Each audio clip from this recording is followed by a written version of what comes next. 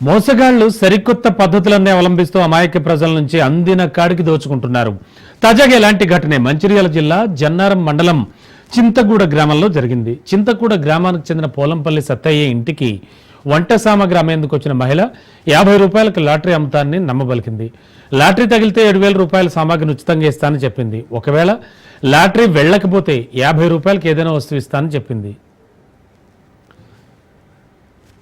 ఇది నమ్మిన బాధితులు లాటరీ కొన్నారు. లాటరీ తీసి మీకు లాటరీ వచ్చింది, 7,000 రూపాయల విలువ గల వస్తువులు కేవలం 3,500 రూపాయలకే వస్తాయని మాయ చేసింది.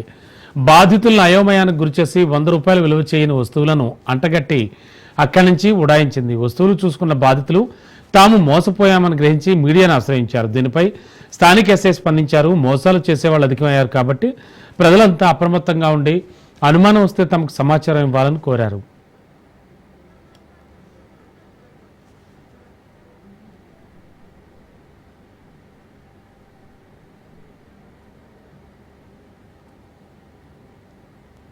నా పేరు అనసూర్య, మాది చింతగూడెం.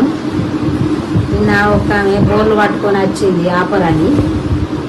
50 రూపాయలు వెళ్తేనేమో వెళ్ళకుంటే 50 రూపాయలకు గ్యాస్ ఇస్తా, వెళ్తే ఈ సామాన్ ఇస్తా అని అన్నది. అన్న వల్లే ఇక ఎట్లయినా మంచిది 50 రూపాయలు కదనని, 50 రూపాయలకు అయితే అది ఒక వస్తువు వస్తుంది కదా అని తీసినాక అందులో చిట్టి వెళ్ళింది.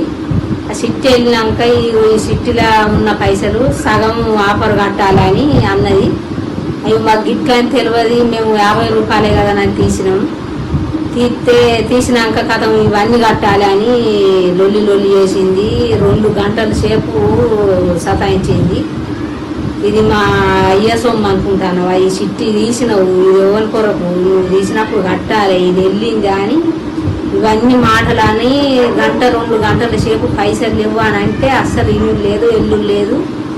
మాకు ఏది తెలియక మోసపోయినాం. మేము పైసలు అక్కడిక్కడ తెచ్చి ఇట్లా కట్టినాం.